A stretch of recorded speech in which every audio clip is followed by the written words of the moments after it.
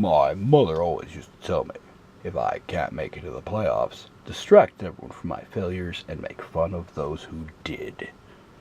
Your mother was a wise woman. I am here to talk about those that made it into the playoffs, which did not include us, 'cause we sucked. Now, Where's regular Nibs? oh, she's still in the black and white dimension as I tried to find her horrible weakness that will make her go, ah! Well, it might not be exactly how she dies. She might fall flat first, too. Whatever feels best for her, I'm sure it'll work out.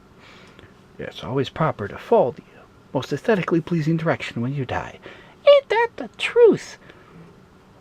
So let's look at the playoff matchups. Round one.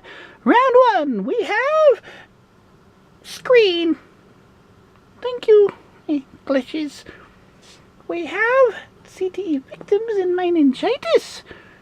Now, this is pretty easy. You see, meningitis is all about all sorts of diseases and sicknesses. And CTE is horrible brain damage.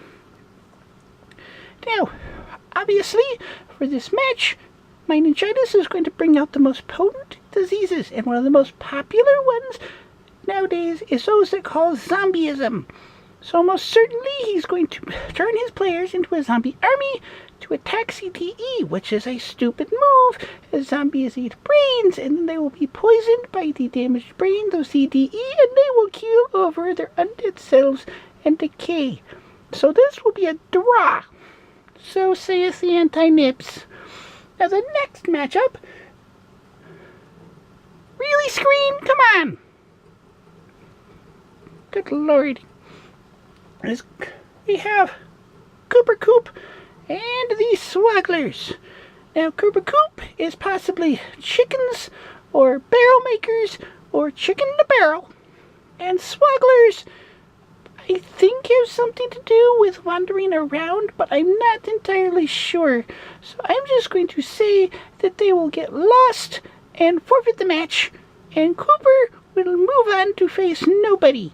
So Cooper will win. Well, we'll worry about next week. That is my predictions. And it should get even better, as many more large quantities of horrible explosives and deadly things have been shipped to all the teams in all of these games. Now, why no one is using them, I don't really understand. Are you making sure they've made it to their intended recipients? Oh yeah, whenever I send them in UPS, I always make sure to put huge signs all over the side that says, "Warning, weapon of mass destruction, careful." It's possible that might, in this world, cause them to remove them from the shipping. What? Doesn't anyone in this universe, ship deadly weapons or possibly plutonium that they got at a corner store? I don't know. I've noticed the corner stores are pretty low on plutonium. I may have to look into this. But before we go... Yes? Although exploding things is fun... Why are you so intent on causing all these deaths? Simple.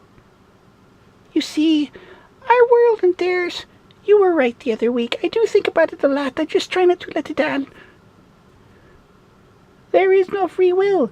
My parents and her parents obviously had to meet up with each other and have us. They had no choice in the matter. Okay. Whenever something happens in one, it affects the other. I am hoping that large-scale, sudden, massive death over a large period of time will result in the universes being unable to cope, and it's result in the snapping of the mirror effect, and we will have free will. So, really, you are doing all of this just to gain free will? Yes. You can choose a ready guide in some celestial voice. If you choose not to decide, you still have made a choice. You can choose from phantom fears or kindness that can kill. I will choose a path that's clear. I will choose free will.